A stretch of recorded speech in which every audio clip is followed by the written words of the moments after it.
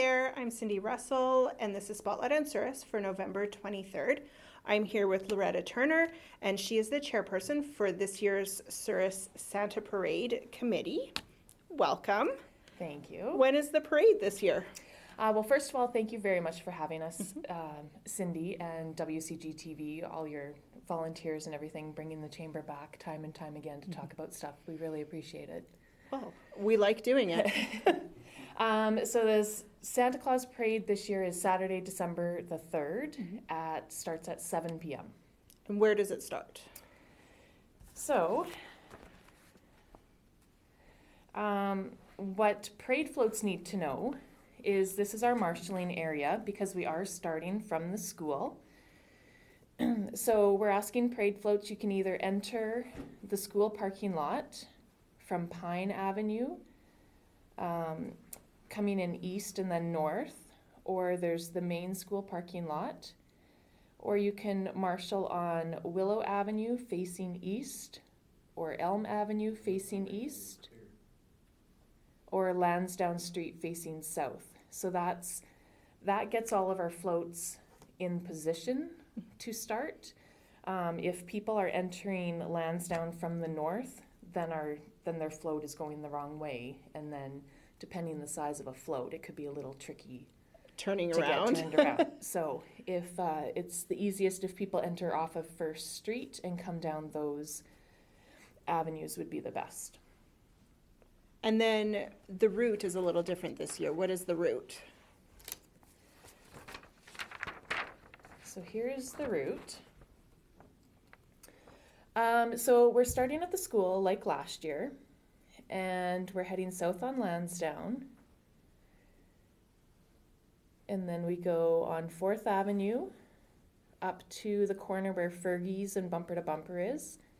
And then we turn left and go south on First Street, down the town hill, and then we're going through Victoria Park.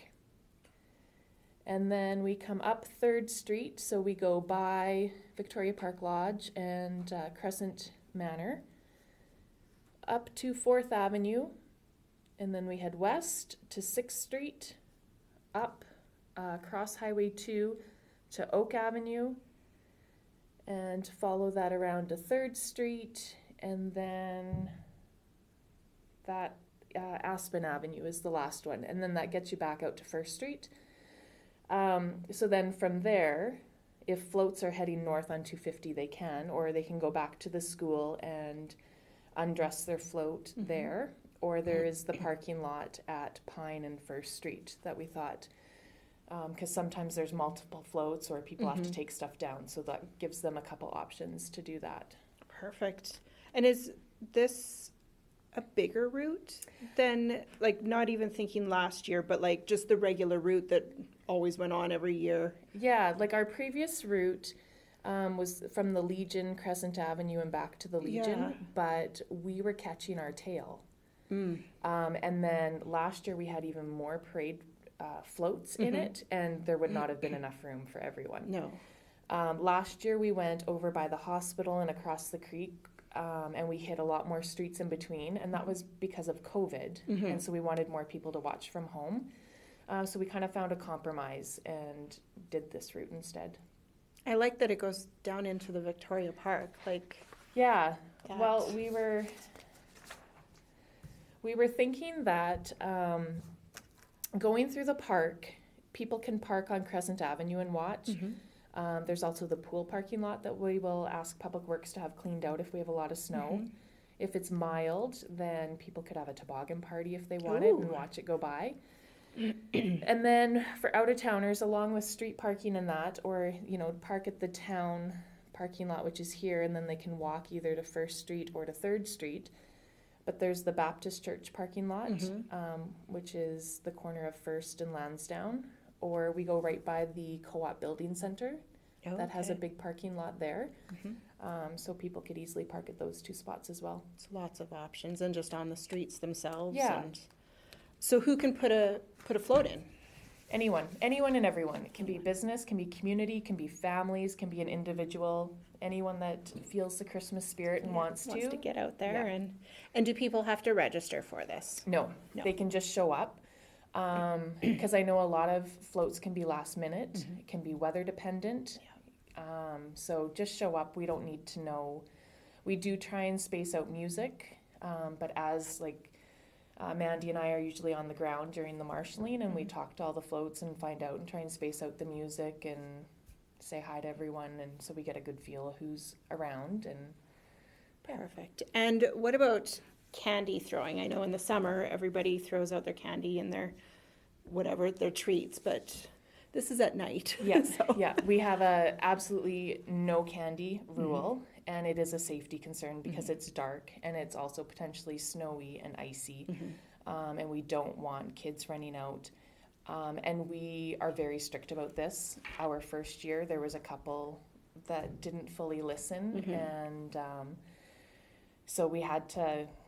It wasn't a good situation because there was a couple kids that just about, you know, like the float behind, luckily was watching very closely. So it's a no candy at all. And even like no kids running up to your float getting the candy either. So it's not just the throwing. It's just so, none at all. Yeah. It keeps it easy. Everybody's the same. Yeah, and No it's a nighttime expectations. parade, so it's Yeah. about the lights. It's Yes. not like summer parades is known for candy, right? Right. This is about the Christmas spirit and the lights and that kind of stuff. So you've got a little bit of a committee. Do you need more volunteers for the event? Well, our committee is made up of myself, Mandy Landers, and Val Zander. We had a regular volunteer that would phone all the community groups and businesses, and unfortunately she's unavailable to this year. So Mandy works at the Co-op Building Center, and she sees a lot of businesses come in there, so she is going to take over that role of phoning businesses and community groups and spreading the word that way of just a reminder that the Santa Claus Parade is on. Route volunteers so far, there's again Val, Mandy, and myself, and then Barb Arnold and Lynn Yantz are returning for their third year. We could use another one or two couples. It's more fun if there's two of you, obviously, that we would have out at some of the busier intersections. Okay. And just for when the floats are turning left or whatever, just they can help be the eyes for making that safe turn. And if anyone would like to volunteer for that, all they need to do is dress warm and have high visibility vest or jacket of some sort. And if they want to do that, they can email me at santaparadesurus@gmail.com. So Santa Parade Surus is all one word. Or if you happen to see Val, Mandy, or myself, just let us know and we can sign you up. We would also love to welcome new committee members next year. I know I'm feeling like this could very well be my last year. And so I don't think it would be a terrible thing for some new people to step up. And it's been very simple for the most part, and it's been fun. It's been fun working with Mandy and Val, people that I don't normally work with. So that's been fun and rewarding, but definitely if someone is interested, wink wink. And how much more fun is it to do a Santa Claus parade? Exactly. Like you get to be in charge of that.